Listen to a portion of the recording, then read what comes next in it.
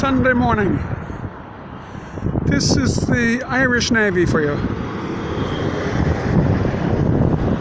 The frontage, where you have all the metal, the steel, that's to deflect incoming. Now, isn't it a great thing that we have an Irish Navy? There it is in front of you. And we have about 20 admirals to look after this one little boateen,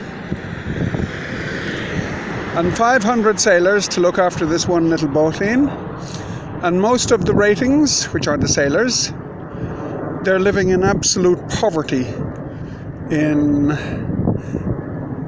third world housing, and they have to go to food banks to get enough food to eat. They're on tax credits, which means they don't earn enough in the Irish Navy to have enough money for the week. Oh, isn't our Navy the best? I don't know why those people stay. They're either stupid or absolutely fucking stupid.